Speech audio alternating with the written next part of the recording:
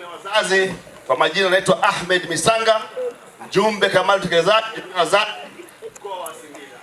Tunakaribisha sana, shughuli ni yetu sisi na chama ndo walezi wetu.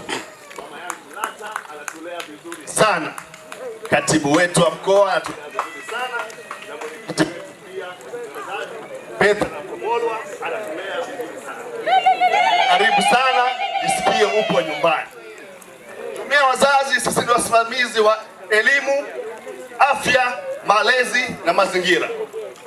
Naombeni viongozi wa jumuiya ya wazazi, tuende tukasimamia elimu.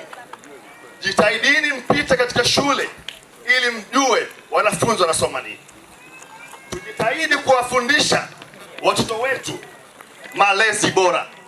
Watunze mazingira kuanzia utotoni ili ukubwani wasitupatie shida.